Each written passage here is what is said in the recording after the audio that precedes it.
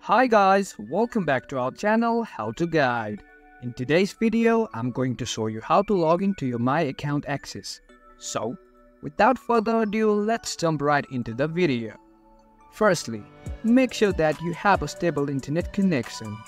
Once you do that, just go to your default browser and search MyAccountAccess. Once you hit search, you'll find MyAccountAccess on the top of your search list. Just click here.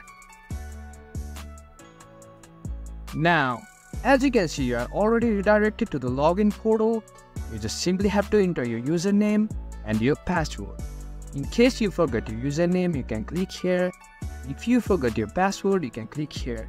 If you haven't signed your account yet, you can click here and sign up your account. If not, then just enter your credential and simply log in. That's it for today guys. If you find this video helpful, then don't forget to give thumbs up. Comments and feedbacks will be appreciated.